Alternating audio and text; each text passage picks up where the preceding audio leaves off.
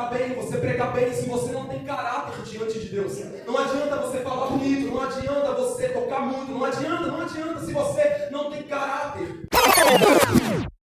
Amém. Meus irmãos, vocês já conhecem essa passagem que Deus ele instituiu um rei para com Israel. Porque a gente sabe que Deus, através dos homens, tinha levantado um rei chamado Saul.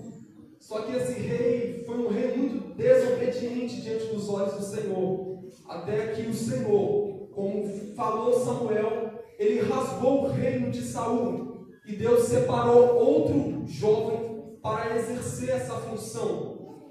E o interessante é que quando Samuel ele vai até a casa de Jessé, ele pergunta, chama os jovens para ungir como rei. Samuel olhou para aqueles jovens, os filhos de Jessé, e falou, são homens bonitos, homens de boa estatura, homens fortes, prontos para a guerra.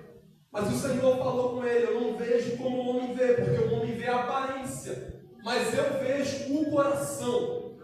E o interessante é que Samuel não sentou a roda para comer até que chegasse o verdadeiro rei de Israel. Até que quando passaram todos os filhos de Jessé, eles lembraram de um menino que estava no pasto apacentando ovelhas. É ele mesmo, o excluído, o diferente. Estava no pasto apacentando ovelhas, até que chamou Davi, e Davi voltou para casa, e Deus falou, é este o rei de Israel. E o interessante que eu quero frisar aqui é que Deus ele não olha a aparência, mas vê o coração. Você pode ter o cabelo crespo ou liso, mas Deus olha o seu coração, independente da sua forma física. Deus não está preocupado pelo que você tem por fora, mas aquilo que você tem por dentro. A Bíblia diz que Deus tinha rejeitado os filhos de Israel, mas Davi era um homem segundo o coração de Deus. Olha que interessante, preste atenção aqui agora. A palavra coração no hebraico se chama lev, que significa caráter. Ou seja, Davi era um homem segundo o caráter de Deus. E eu quero frisar algo aqui nesta noite. Não adianta você cantar bem, você pregar bem, se você não tem caráter diante de Deus. Não adianta você falar bonito, não adianta você tocar muito, não adianta se você não tem caráter. Os filhos de Jessé, eles eram bonitos, eram fortes, eram altos, prontos para ser rei, mas o coração dele, Deus já tinha o rejeitado. Mas Davi, sendo um menino simples ali, cuidando de ovelha, Deus o escolheu, porque ele era um homem segundo o coração de Deus.